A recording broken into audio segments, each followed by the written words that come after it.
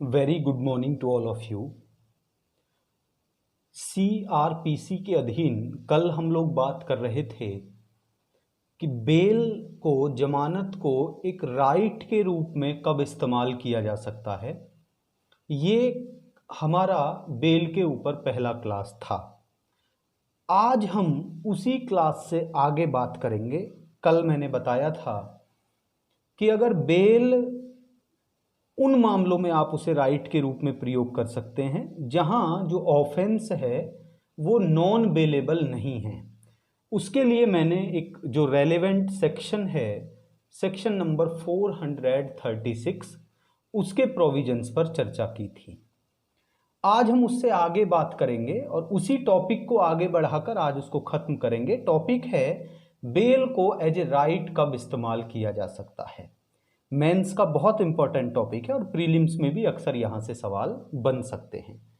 तो मैंने ये लिखा कि circumstances in which on bail is imperative. कौन कौन सी परिस्थितियां होती हैं जहां पर बेल आज्ञापक हो जाता है, आपको देना ही होगा, या ये कह लीजिए कि अक्यूज्ड का वो राइट बन जाए। प्रश्न किसी भी रूप में पूछा जाएगा, आंसर वही रहेगा। दूसरी जो सर्कमस्टांसेस है, दूसरी जो परिस्थिति है जिस पर आज बात करेंगे, वो मैंने यहां नोट की हुई है। परिस्थिति है if investigation are not completed within 60 और 90 डेज। विद इन 60 और 90 डेज, थोड़ा समझना, यहां एक छोटे से बिंदु पर भी बात करूंगा।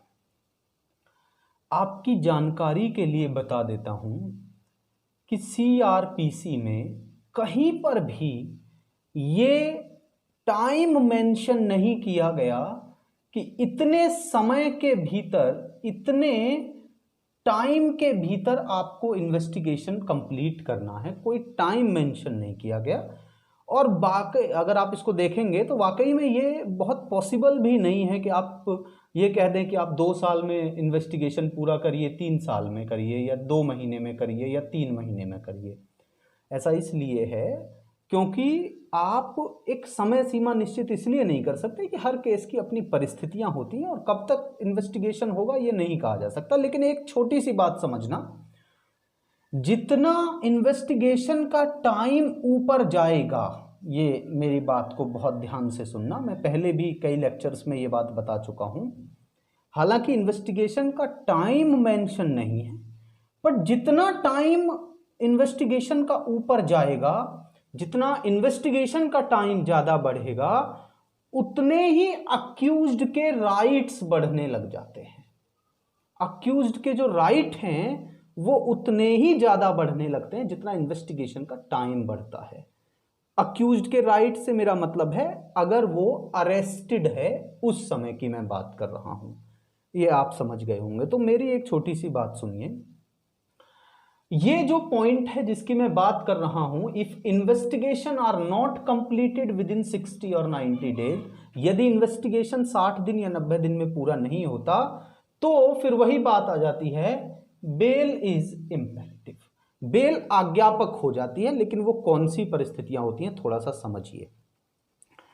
मैंने आपको पहले ही बताया, पूरे सीआरपीसी में कहीं नहीं लिखा कि इतने दिन में इन्वेस्टिगेशन करना ही है, ये नहीं लिखा हुआ। लेकिन कुछ कुछ प्रोविजंस दिए गए हैं। जैसे अगर किसी को आपने ड्यूरिंग इन्वेस्टिगेशन अरेस्ट कर लिया, मेरे शब्दों पर ध्यान देना, अगर आपने किसी को ड्यूरिंग, किसी अक्यूज्ड को आपने ड्यूरिंग इन्वेस्टिगेशन अरेस्ट कर लिया, इन्वेस्टिगेशन के दौरान आपने अरेस्ट कर लिया, अगर इन्वेस्टिगेशन हो गया है, आपने पुलिस रिपोर्ट फाइल कर दी, चार्जशीट फाइल कर दी है, कोर्ट ने कॉग्निजेंस ले लिया है, तब आप उसे अरेस्ट कर रहे हैं, तब ये वाला प्रोविजन लागू नहीं होगा।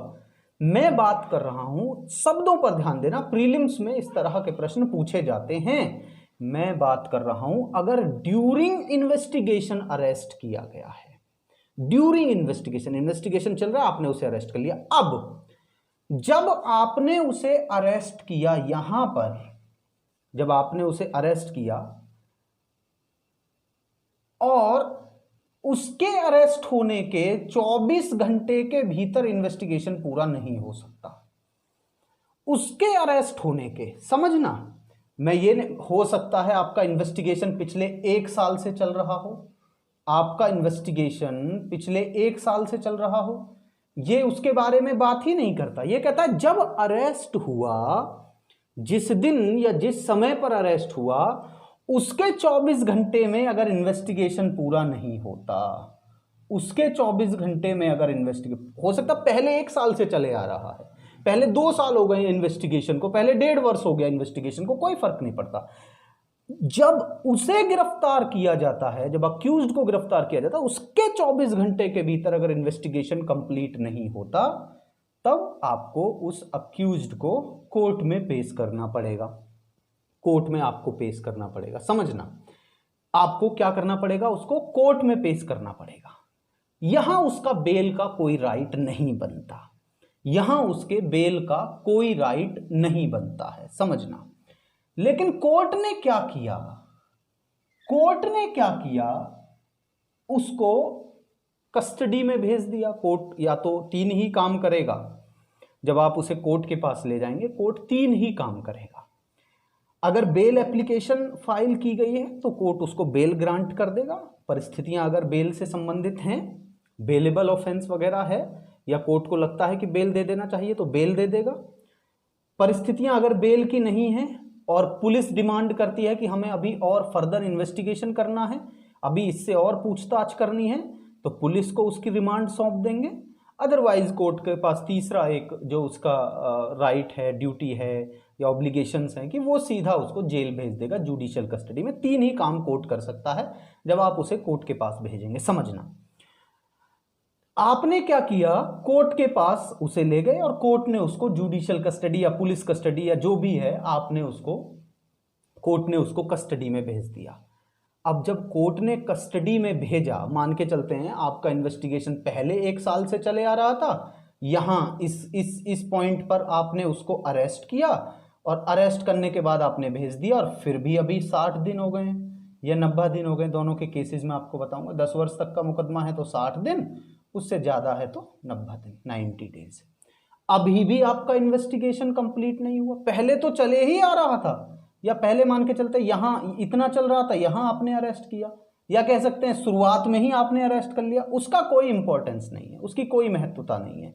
बात है कि जब आपने अरेस्ट किया, उसको पेश किया, उसको कस्टडी में भेज दिया गया। कस्टडी कोई भी हो सकती, 60 दिन या 90 दिन, 60 डेज और 90 डेज के भीतर अभी भी इन्वेस्टिगेशन कंप्लीट नहीं हुआ, अभी भी इन्वेस्टिगेशन कंप्लीट नहीं हुआ, तो कोर्ट क्या करेगा, कोर्ट कुछ नहीं करेगा। अब उस व्यक्ति का एक राइट अराइज हो जाएगा, बेल का अधिकार उसको मिल जाएगा। यहाँ एक छोटा सा, कई बार स्टूडेंट्स के मन में ये कन्फ्यूज़न रहता है, एक कन्फ्यूज़न रहता है छोटा सा, कि क्या कोर्ट उसको बताएगा। जैसे मैंने बताया कि बेलेबल ऑफेंस के मामले में पुलिस उसको बताती है कि भाई आपके पास बेल का राइट है, तो क्या इस परिस्थिति में यहाँ पर कोर्ट उसको बताएगा कि आपका बेल का राइट हो गया, 60 दिन हो गए हैं, इन्वेस्टिगेशन कंप्लीट नहीं हुआ है, चार्जशीट फाइल नहीं हुई? नहीं, ऐसा नहीं है, कोर्ट नहीं बताएगा। कोर्ट के ऊपर ये कोई लाइबिलिटी यहाँ पर इम्पोज नहीं की गई है, कोर्ट के ऊपर कोई दायित्व नहीं है। आपको ही एप्लीकेशन मूव करनी होगी, आपको ही एप्लीकेशन फाइल करनी होगी कि साहब मेरा 60 दिन हो गया या 90 डेज हो गए, वो अपराध के ऊपर निर्भर करता है, मेरा बेल का राइट बनता है। कोर्ट मना नहीं कर सकेगा अगर आप वो बेल की कंडीशंस को फुलफिल करते हैं। कोर्ट जितने सिक्योरिटीज़ की बात करता है या जिस तरह से कोर्ट उन शर्तों की बात करता है, अगर आप उनको फुलफिल करते हैं तो कोर्ट आपसे मना नहीं करेगा, क्योंकि बेल इज इम्पेरेटिव। यहाँ पर बेल आज्ञापक हो जाती है, यहाँ बेल आज्ञापक हो जाती है। उम्मीद करता हूँ ये बात आपको समझ में आई होगी, ये बात आपको समझ में आई होगी। बेल मिलने का आपको अधिकार हो जाएगा। 1 मिनट में फिर से इसको दोहराता हूं अगर किसी को समझ में ना आया हो। कहीं भी इन्वेस्टिगेशन का टाइम मेंशन नहीं है, बस सेक्शन 57 कहता है कि जब आप उसको अरेस्ट करेंगे उसके 24 घंटे में अगर इन्वेस्टिगेशन कंप्लीट नहीं होता, मतलब पहले से भी चला आ रहा है, तब भी यहां 24 घंटे आपको मिल रहे हैं। अदरवाइज ये नहीं कह रहे कि आपको इतने में करना ही है, वो कह रहे अगर कंप्लीट नहीं होगा तो बस इतना सा है कि उस अरेस्टेड पर्सन को कोर्ट भेज दीजिए, अपना इन्वेस्टिगेशन में लगे रहिए, कोई दिक्कत नहीं है, कोई मना नहीं कर रहा कि इन्वेस्टिगेशन इतने दिन में करना ही है, बस आप उसको वहां भेज दीजिए। अब उसको वहां भेजा, कोर्ट ने क्या किया, उसको जुडिशियल कस्टडी या पुलिस कस्टडी या जमानत, 3 ही काम पुलिस कोर्ट कर सकती है वहां पर। उसको कस्टडी में भेज दिया गया। अभी 60 दिन हो गए या 90 दिन हो गए उसकी टोटल कस्टडी को मिला करके, टोटल कस्टडी को, उसके डिटेंशन को मिला के, पुलिस और जेल दोनों कस्टडी देखे जाएंगे, तो उसको मिला के 60 डेज और 90 डेज हो गए। तो अभी क्या करेंगे, उसका बेल एज ए मतलब ये मैंने लिखा ही है, बेल एज ए इम्पेरेटिव, मतलब वहां पे बेल जो है आज्ञापक हो जाएगा, उसको अधिकार मिल जाएगा बेल प्राप्त करने का। कोर्ट नहीं बताएगा, आपको खुद से इस अधिकार के बारे में ध्यान देना है। जैसे बेलेबल ऑफेंस में पुलिस का ड्यूटी बनता था बताने के बारे में, यहां कोर्ट का ड्यूटी नहीं बनता है, यहां पर कोर्ट का ड्यूटी नहीं बनता है। इतना आपने समझा होगा। इसमें कुछ 2-3 टेक्निकल बातें हैं, 2-3 टेक्निकल बातें हैं। ये जो बेल है, ये सेक्शन 167 में लिखा हुआ है, ये सब जो प्रावधान है, सेक्शन 167 2 का प्रोवाइजो में ये सब लिखा हुआ है, जिसके हम बात कर रहे हैं, ये सब जो मैं बता रहा हूं आपको।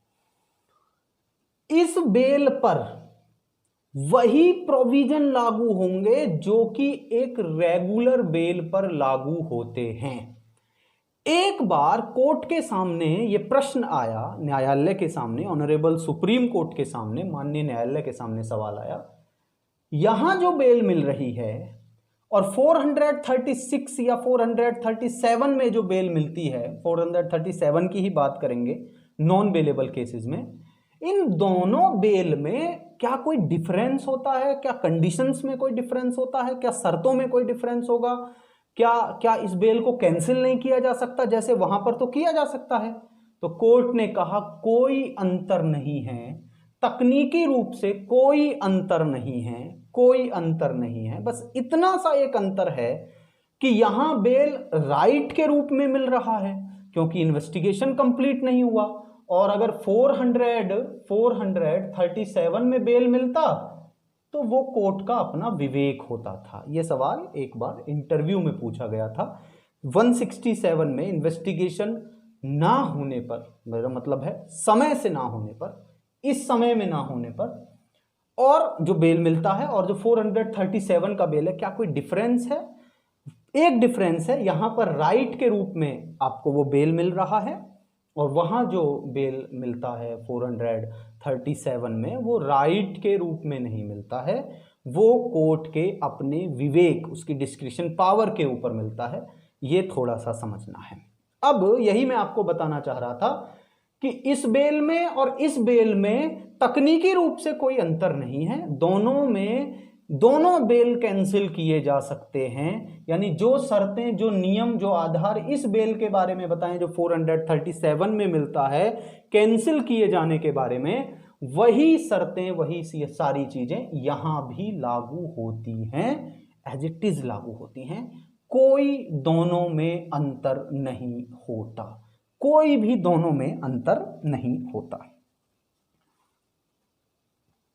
दोनों के जो प्रावधान हैं वो एकदम से समान है। एक छोटे से बिंदु पर और बात करेंगे इसमें। एक बार एक सवाल आया कि ये 60 डेज और 90 डेज जो है वो कब से शुरू होगा? कब से शुरू होगा? कब से शुरू होगा? देखिए, डिटेन तो उसे कर लिया गया था, अरेस्ट हुआ, डिटेंशन हुआ उसका, तो डिटेन उसे कर लिया गया, मान के चलते हैं यहां पर इस लेवल पर उसको डिटेन किया गया, 24 घंटे में उसको कोर्ट के सामने पेश किया गया। 24 घंटे में उसको कोर्ट के सामने पेश किया गया। कोर्ट ने उसको कस्टडी में भेज दिया, अब वो जुडिशियल कस्टडी में उसको भेज दिया, जेल में भेज दिया।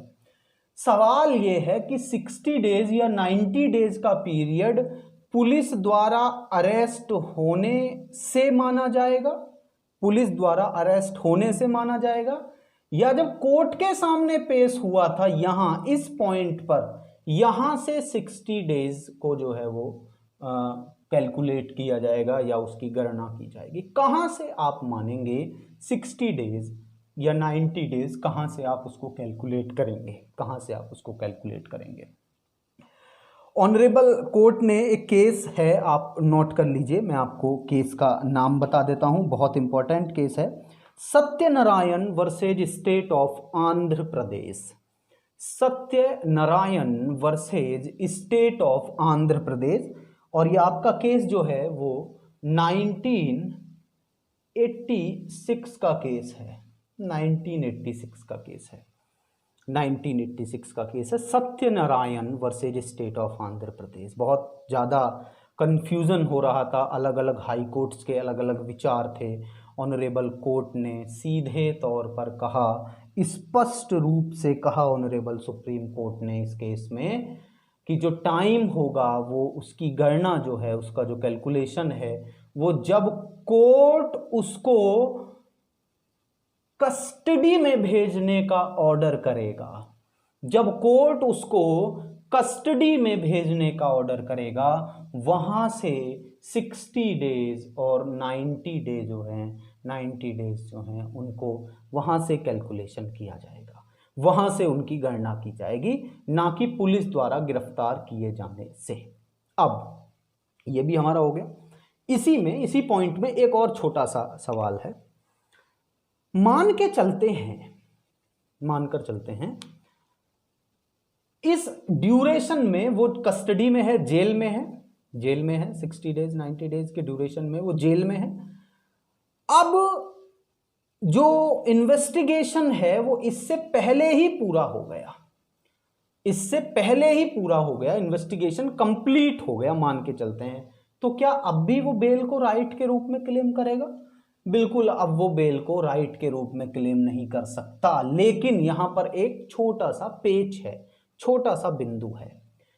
सिर्फ इन्वेस्टिगेशन कंप्लीट होना ही जरूरी नहीं है, क्योंकि इन्वेस्टिगेशन कंप्लीट होने के साथ साथ आपको चार्जशीट पेश करनी होती है। अपना जो पुलिस रिपोर्ट है वो आपको कोर्ट में पेश करना होता है, और पुलिस को ऑनरेबल जो वहां पे मजिस्ट्रेट बैठे हुए हैं, जो जज बैठे हुए हैं, उनको पुलिस की उस रिपोर्ट पर कॉग्निजेंस लेना होता है, पुलिस की उस रिपोर्ट पर कॉग्निजेंस लेना होता है। तो मेरी बात को ध्यान से सुनना कि मान लेते हैं उसने पुलिस रिपोर्ट तो दाखिल कर दिया,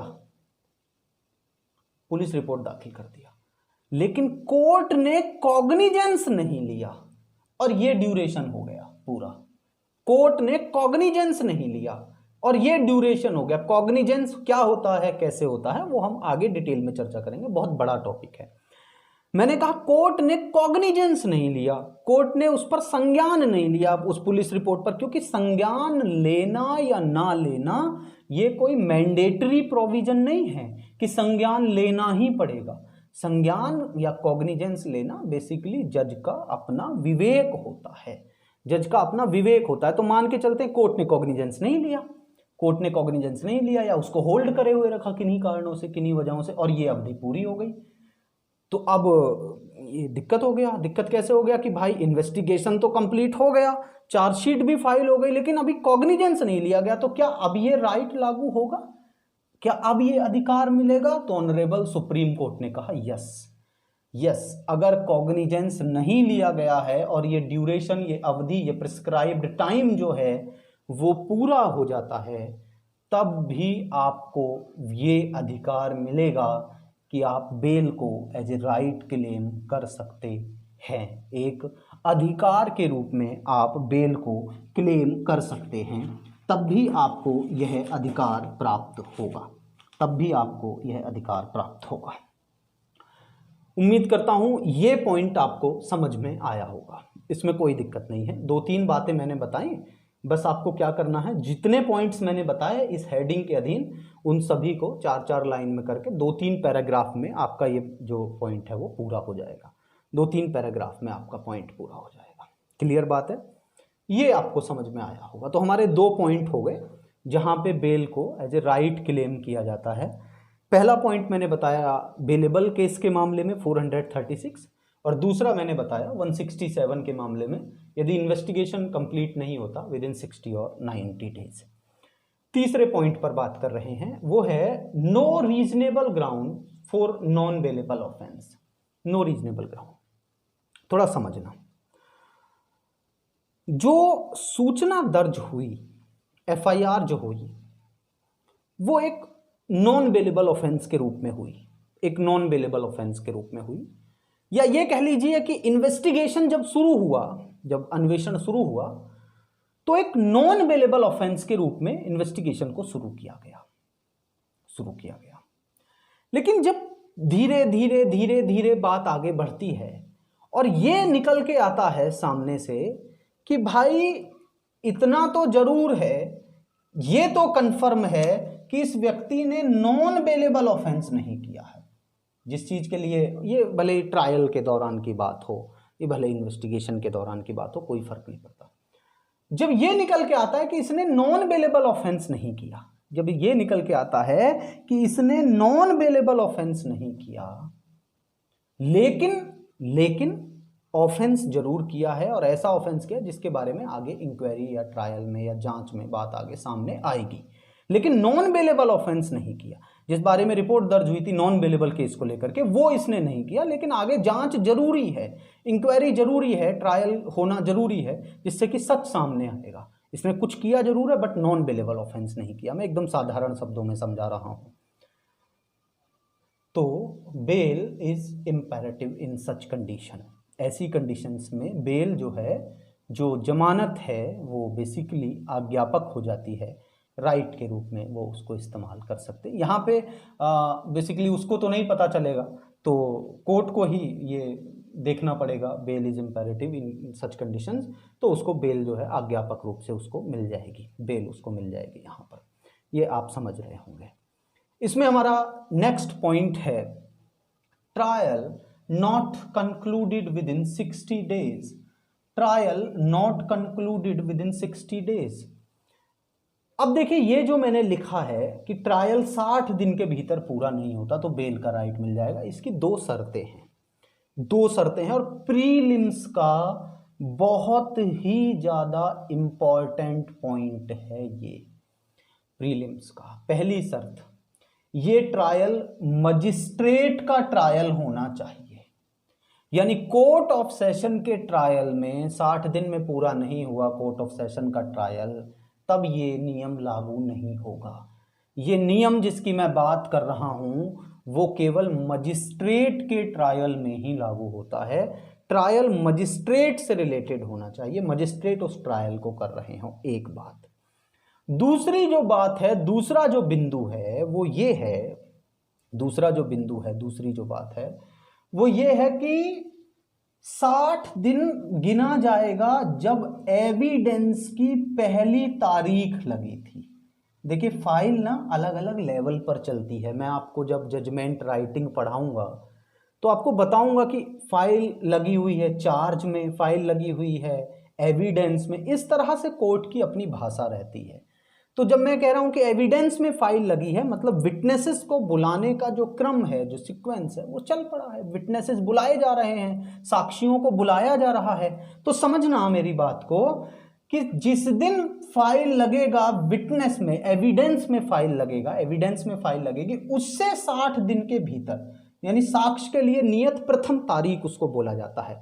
एविडेंस के लिए आपने जो पहला दिन, आपने कहा भी 26 तारीख से पहला एविडेंस शुरू होगा, और मजिस्ट्रेट का ट्रायल है 60 दिन के भीतर, ये पूरा नहीं हुआ, 60 दिन के भीतर पूरा नहीं हुआ, मजिस्ट्रेट का ट्रायल है, एविडेंस पर फाइल लग गई है, 60 दिन के भीतर आपको करना होता है, पूरा कंक्लूजन निकालना होता है। तो इसमें लिखा कि trial not concluded with in 60 days, तो 60 दिन में आपने नहीं किया तो फिर वही नियम, फिर उसका राइट बन जाएगा, बेल का राइट बन जाएगा।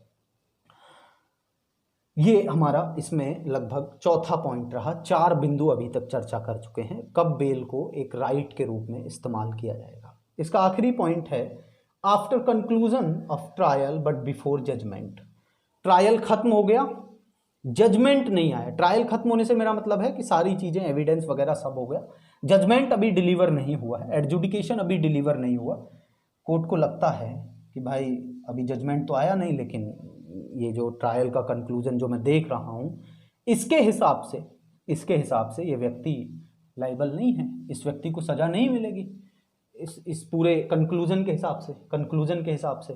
अभी जजमेंट मैंने डिलीवर नहीं किया, लेकिन मुझे लगता है, आप मान लीजिए जज हैं, आपको लग जाएगा ना, फाइल तो आप ही के पास है ना, तो आपको लग जाएगा भाई ये तो नहीं है, इसमें दोषी नहीं है, तो फिर अज्ञापक हो जाता है, आप उसको छोड़ दीजिए। ये कुछ ऐसे पॉइंट्स हैं भैया जब बेल को एक राइट के रूप में आप इस्तेमाल कर सकते हैं। तो ये मैंने आपको इतना बताया। कल हम क्या करेंगे नेक्स्ट क्लास में, 436 हम कंप्लीट कर चुके हैं। कल हम सबसे पहले 437 को प्रीलिम्स के पॉइंट ऑफ व्यू से पढ़ेंगे, और उसके बाद इसमें से अगर कोई मेंस का प्रश्न बन रहा होगा उसको देखेंगे, और उसके बाद आगे के जो हमारे कंसेप्चुअल पार्ट है उसके बारे में चर्चा करेंगे। Thank you so much.